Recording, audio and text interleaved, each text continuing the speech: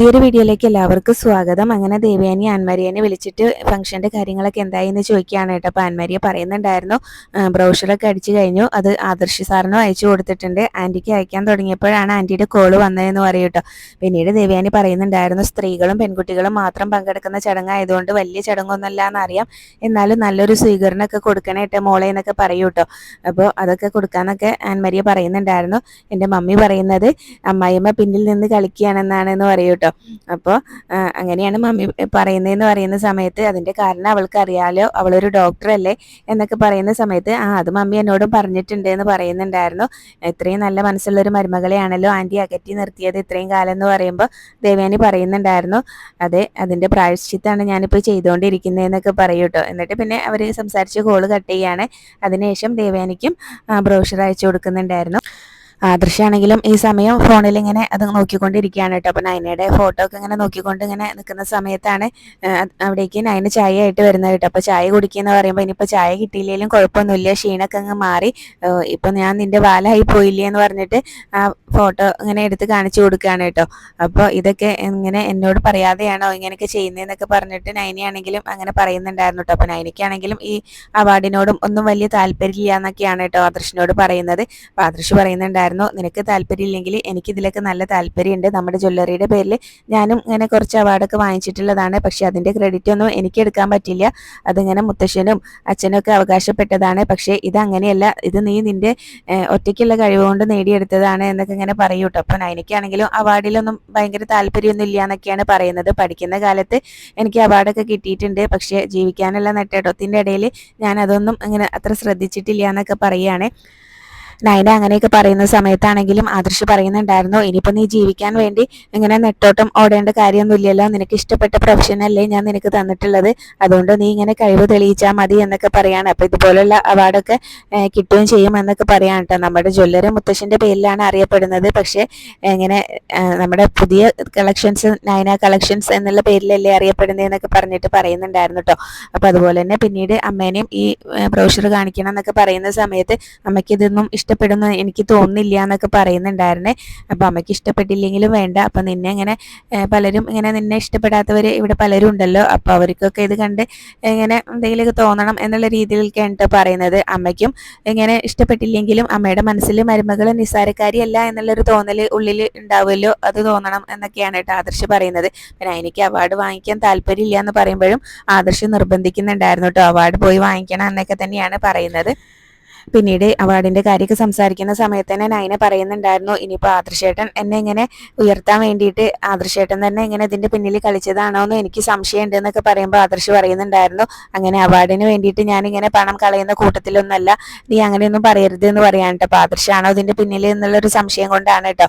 അപ്പോൾ ഇതിങ്ങനെ ഒരു റെക്കമെൻഡേഷനും ഇല്ലാതെ കിട്ടിയ അവാർഡാണല്ലോ എന്നൊക്കെ ഇങ്ങനെ നയനയോട് പറയുമ്പോൾ അതെനിക്ക് സംശയമുണ്ട്, ഇതിൻ്റെ പിന്നിൽ ആദർശേട്ടനാണോ എന്നൊക്കെ എനിക്ക് സംശയമുണ്ട് എന്ന് പറയുമ്പോഴാണ് ആദർശ് പറയുന്നത്, അങ്ങനെ അവാർഡിന് വേണ്ടിയിട്ട് പണം കളയുന്ന സ്വഭാവമൊന്നും എനിക്കില്ല എന്നൊക്കെ പറയുന്നുണ്ട്. അപ്പോൾ എന്തായാലും നയനയ്ക്കാണെങ്കിലും അത് വാങ്ങിക്കാൻ താല്പര്യമില്ല എന്ന് പറയുമ്പോഴും ആദർശ് നിർബന്ധിച്ച് പറയുന്നുണ്ടായിരുന്നു കേട്ടോ, നീ ഇങ്ങനെ നല്ല അന്തസ്സായിട്ട് പോയിട്ട് അവാർഡ് വാങ്ങിക്കണം എന്നൊക്കെ പറഞ്ഞ് ഭയങ്കര സന്തോഷത്തിലാണ് കേട്ടോ ആദർശാണെങ്കിലും. പിന്നീട് നവ്യയ്ക്കും കാണിച്ചു കൊടുക്കുന്നുണ്ടായിരുന്നു കേട്ടോ ആ ഫോട്ടോ. അപ്പം നയനയോട് ചോദിക്കുന്നുണ്ടായിരുന്നു, ഇതിൻ്റെ ഇടയ്ക്ക് നീ അവാർഡും വാങ്ങിച്ചോ എന്നൊക്കെ ചോദിക്കുകയാണ് കേട്ടോ, നിനക്ക് അവാർഡും കിട്ടിയോ എന്ന് ചോദിക്കുകയാണ്. അപ്പോൾ നവ്യയ്ക്കാണെങ്കിലും ഭയങ്കര സന്തോഷമാണ് കേട്ടോ.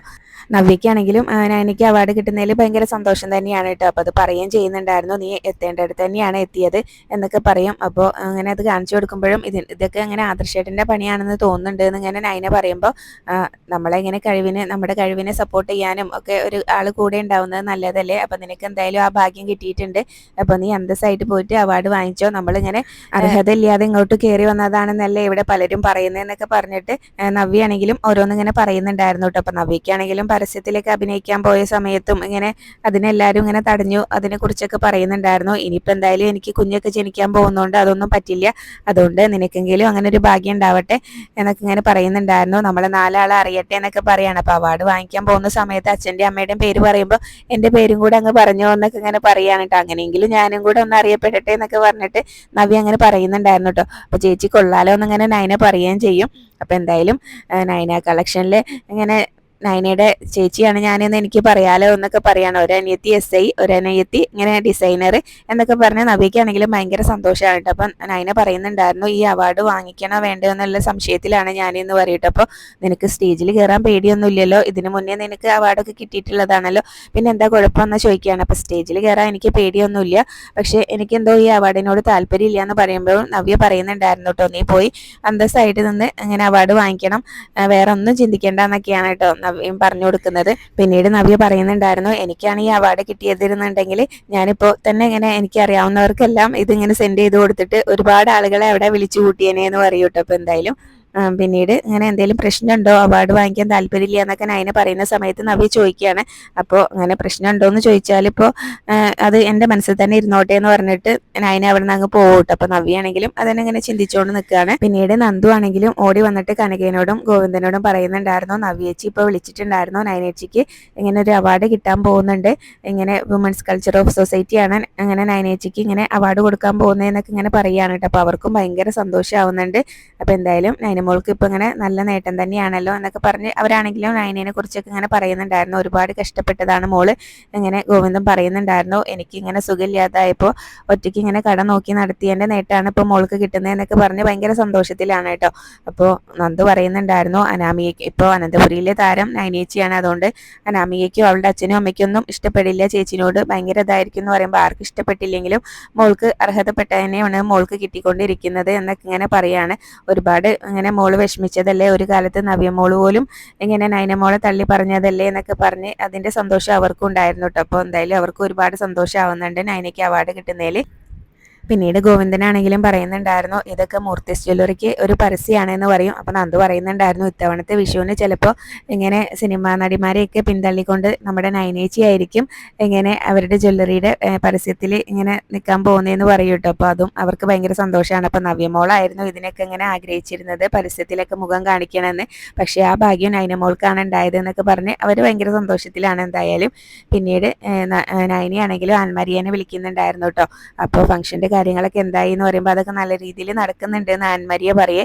എന്നിട്ടാണ് പറയുന്നത്, എനിക്ക് ഈ ഫംഗ്ഷന് വരാൻ താല്പര്യമില്ല എന്ന് പറയുന്നത് കേട്ടോ. അപ്പോൾ എനിക്ക് ഈ അവാർഡ് വേണ്ടാന്ന് തന്നെയാണ് നയനിയാണെങ്കിലും ആൻമരിയനോട് പറയുന്നത് കേട്ടോ. അപ്പോൾ ആൻമരിയാണെങ്കിലും പറയുന്നുണ്ടായിരുന്നു, ഹോള് ബുക്ക് ചെയ്തു, പോസ്റ്ററും അടിച്ചു കഴിഞ്ഞു, എന്നിട്ടാണോ മാഡം ഇങ്ങനെ പറയുന്നത് എന്നൊക്കെ പറയുമ്പോൾ നയന ചോദിക്കുന്നുണ്ടായിരുന്നു, നിങ്ങൾ എന്നോട് സംഘടിപ്പിച്ചിട്ടാണോ ഈ പരിപാടി വെച്ചതെന്നൊക്കെ ചോദിക്കും. അപ്പോൾ മാഡത്തിനെ വിളിച്ച് പറഞ്ഞില്ലായിരുന്നോ എന്ന് പറയുമ്പോൾ നയന ചോദിക്കുന്നുണ്ടായിരുന്നു, അന്ന് ഞാൻ സമ്മതം മൂളിയിട്ടില്ലായിരുന്നല്ലോ, എന്നോട് ചോദിച്ചിട്ട് വേണ്ട ഇങ്ങനത്തെ കാര്യങ്ങളൊക്കെ വെക്കാൻ എന്നൊക്കെ പറയൂട്ടോ നയന. അപ്പോൾ ആൻമരിയ പറയുന്നുണ്ടായിരുന്നു, ഡിസൈനർ രംഗത്ത് ഇങ്ങനെ പുരുഷന്മാരായിരുന്നല്ലോ, ആ സമയത്താണ് മാഡം ഇങ്ങനെ വ്യത്യസ്തമായി ഇങ്ങനെ മുന്നോട്ട് വന്നത്. ഇപ്പോൾ മാഡത്തിൻ്റെ ഡിസൈൻ എല്ലാം സോഷ്യൽ മീഡിയയിൽ വൈറലാണല്ലോ, അതുകൊണ്ടാണ് ഇങ്ങനൊരു അവാർഡ് മാഡത്തിന് തരാമെന്ന് വിചാരിച്ചത് എന്നൊക്കെ പറയൂ കേട്ടോ.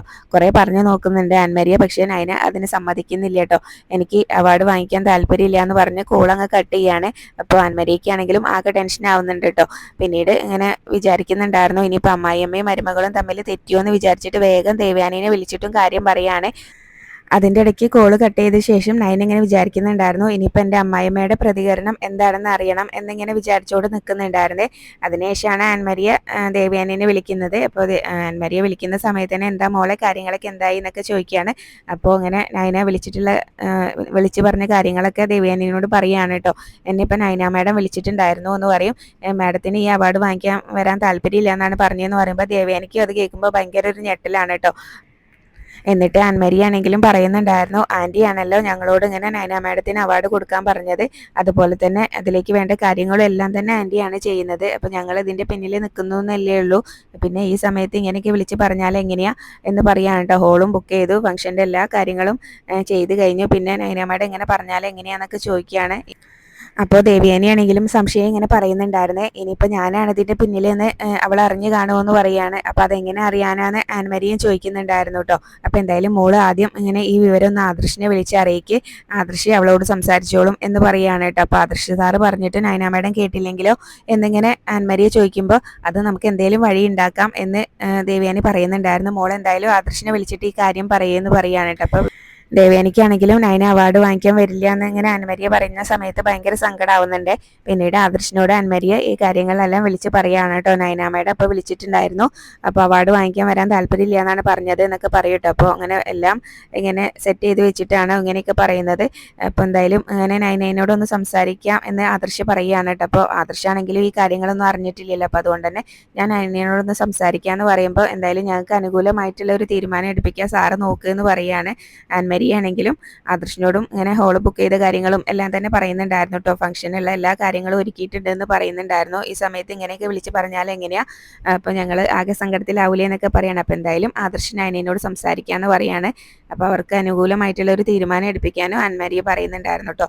പിന്നീട് കോള് കട്ട് ചെയ്ത ശേഷം ആദർശാണെങ്കിലും നയനയെ വിളിച്ചിട്ട് നയനയോട് പെട്ടെന്ന് ആദർശിന്റെ ക്യാബിനിലേക്ക് വരാൻ പറയുന്നുണ്ടായിരുന്നു കേട്ടോ. അപ്പോൾ ആദർശാണെങ്കിലും നയന വരുന്ന സമയത്ത് കുറച്ച് ഗൗരവത്തിലാണ് കേട്ടോ ഇരിക്കുന്നത്. അപ്പോൾ ആദർശേട്ടൻ അങ്ങനെ വലിയ ഗൗരവത്തിലാണല്ലോ എന്ന് പറയുമ്പോൾ അങ്ങനെയുള്ള ഒരു കാര്യമാണ് ഞാൻ പറഞ്ഞത്. നീ ഇങ്ങനെ എന്നെ ഇപ്പം ഇങ്ങനെ ആൻമരിയെ വിളിച്ചിട്ടുണ്ടായിരുന്നു എന്ന് പറയട്ടെ. അപ്പോൾ തന്നെ നയനയ്ക്ക് കാര്യം മനസ്സിലാവുന്നുണ്ടായിരുന്നു. അപ്പം നീ എന്താ അവാർഡ് വാങ്ങിക്കാൻ ചെല്ലില്ല എന്ന് പറഞ്ഞത്, അപ്പോൾ എന്താ അങ്ങനെ ഒരു തീരുമാനം എടുക്കാൻ കാരണം എന്ന് ചോദിക്കുമ്പോൾ നയന പറയുന്നുണ്ടായിരുന്നു, എനിക്ക് ഈ അവാർഡ് വാങ്ങിക്കാൻ വലിയ താല്പര്യമില്ല എന്ന് പറയട്ടോ. പിന്നെ അത് മാത്രമല്ല, നമ്മളോട് ചോദിച്ചിട്ടൊന്നുമല്ലല്ലോ, എന്നോട് ചോദിച്ചിട്ടല്ലല്ലോ അവരിങ്ങനെ ഒരു പരിപാടി സംഘടിപ്പിച്ചത്. ഇങ്ങനെ ഒരു പരിപാടി സംഘടിപ്പിക്കുന്ന സമയത്ത് നമ്മളെ ആദ്യം വിളിച്ച് ചോദിക്കേണ്ടതെന്ന് പറയട്ടെ. അപ്പോൾ നിന്നെ വിളിച്ച് അവരെ അറിയിച്ചായിരുന്നല്ലോ എന്ന് പറയും. അത് അവരെല്ലാം ഇങ്ങനെ എല്ലാം ശരിയാക്കിയ ശേഷമല്ലേ അവർ എന്നെ വിളിച്ച് അറിയിച്ചത്. അതുകൊണ്ട് തന്നെ എനിക്ക് അവാർഡൊന്നും വാങ്ങിക്കാൻ വലിയ താല്പര്യമില്ല എന്ന് പറയുമ്പോൾ ആദർശ് ചോദിക്കുന്നുണ്ടായിരുന്നു, അതിനുള്ള കാരണമാണ് ഞാൻ ചോദിച്ചതെന്ന് പറയട്ടെ. അപ്പം നീ ഞാൻ പറഞ്ഞാൽ അനുസരിക്കില്ലേ എന്നൊക്കെ ചോദിക്കുകയാണ്. അപ്പോൾ ആദർശേട്ടൻ ഞാൻ പറഞ്ഞാൽ കേൾക്കില്ലേ, എന്തായാലും എനിക്ക് അവാർഡ് വാങ്ങിക്കാൻ താല്പര്യമില്ല എന്ന് പറഞ്ഞിട്ട് നയനയാണെങ്കിൽ കുറച്ച് ദേഷ്യത്തിൽ തന്നെ അങ്ങ് പറഞ്ഞിട്ട് അവിടെ നിന്ന് അങ്ങ് പോവാണ് കേട്ടോ. അപ്പോൾ ആദർശാണെങ്കിലും അതിൻ്റെ കാരണം എന്താണെന്നൊക്കെ ചോദിക്കുമ്പോൾ പ്രത്യേകിച്ച് കാരണമൊന്നുമില്ല എന്ന് പറഞ്ഞിട്ടാണ് നയന പോകുന്നത്. അപ്പോൾ ആദർശ് ഇങ്ങനെ നയന പോയി കഴിഞ്ഞ ശേഷം ഇങ്ങനെ മനസ്സിൽ ഓർക്കുന്നുണ്ടായിരുന്നു, അവളുടെ മറ്റൊരു മുഖമാണല്ലോ അത്, അവളിങ്ങനെ കടുത്ത തീരുമാനങ്ങളൊന്നും എടുക്കാത്തതാണ്, എന്തോ കാരണം അതിൻ്റെ പിന്നിൽ ഉണ്ടായിട്ടുണ്ട് എന്നിങ്ങനെ ഓർത്ത് നിൽക്കുന്ന ആദർശിനെ കാണിച്ചുകൊണ്ടാണ് കേട്ടോ ഇന്നത്തെ എപ്പിസോഡ് അവസാനിച്ചിട്ടുള്ളത്.